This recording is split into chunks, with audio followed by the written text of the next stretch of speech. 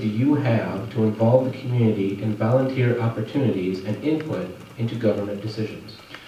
Well, Mr. Lem, I think, first of all, we are blessed here in the city of Saline with a great volunteer base. It's second to none. And I've had the privilege of volunteering myself for many of these activities, the Summerfest, Celtic Festival, Winterfest, Summer Music Series. It could not work without a strong, vibrant volunteer base. We're very, as I said, very blessed to have that.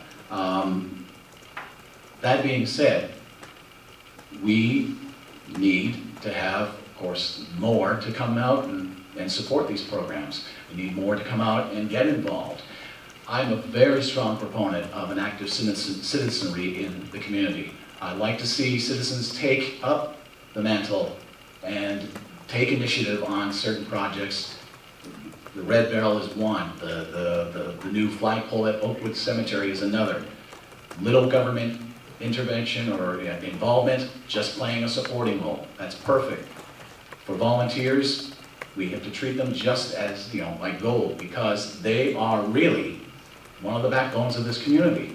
We rely on them to give these festivals and other events in the city the gold. There's no bones about it. To get them more involved in government decision making, we have commissions at the city. We have the Parks Commission. We have the Arts and Culture Commission. We have the Plan Commission. Let's have them go out to these festivals or these events, set up a booth, get the word out, let them know that there is a commission or a committee that deals with parks, that deals with arts and culture. Maybe there isn't, maybe a lot of people don't know that there's that Arts and Culture Committee. We need to make that known. And I think if we make that known and present it to them in that way, then we can get people to come in and buy in and get themselves involved on this committee, because face it, a lot of these committees face a lot of turnover. A lot of people leave occasionally because of various reasons, moving out of state, etc., jobs and all those things. And just being visible in the community will go a long way to help. And as I said, I think volunteers will grow, and that will allow them to have a buy-in into government decisions. Question. Well, community leadership is not meaningful without honest, consistent feedback from our citizens. And that's something I've lived by since I was first elected to City Council in 2008. I think people in this community know that if they have a question and they have a concern about city government, they're welcome and encouraged to email me, to stop me in the grocery store, or to give me a buzz. And they'll find that they don't just have an elected official who listens, they have an elected official who responds and gets the job done. And I think people appreciate that.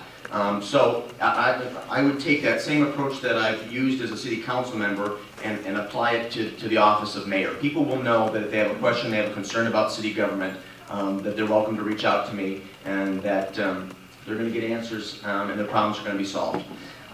In addition to that, I need to give a shout out, and I need to applaud the current mayor, because in the last couple of years she has convened issue-specific task forces to look at some long-term and systemic problems in our community. And I was honored to serve on two of those, a rec center sustainability task force and then Oakwood Cemetery task force. But instead of just having council members and staff people on those task forces, I want to empower and get some private citizens on those boards as well, because I think their perspective is unique and different and would be very valuable. The final point that I will make, and I know this is going to sound a little cliche because we hear it all the time, but I think we can do a better job of utilizing our website and utilizing social media to solicit feedback and opinions from our citizens.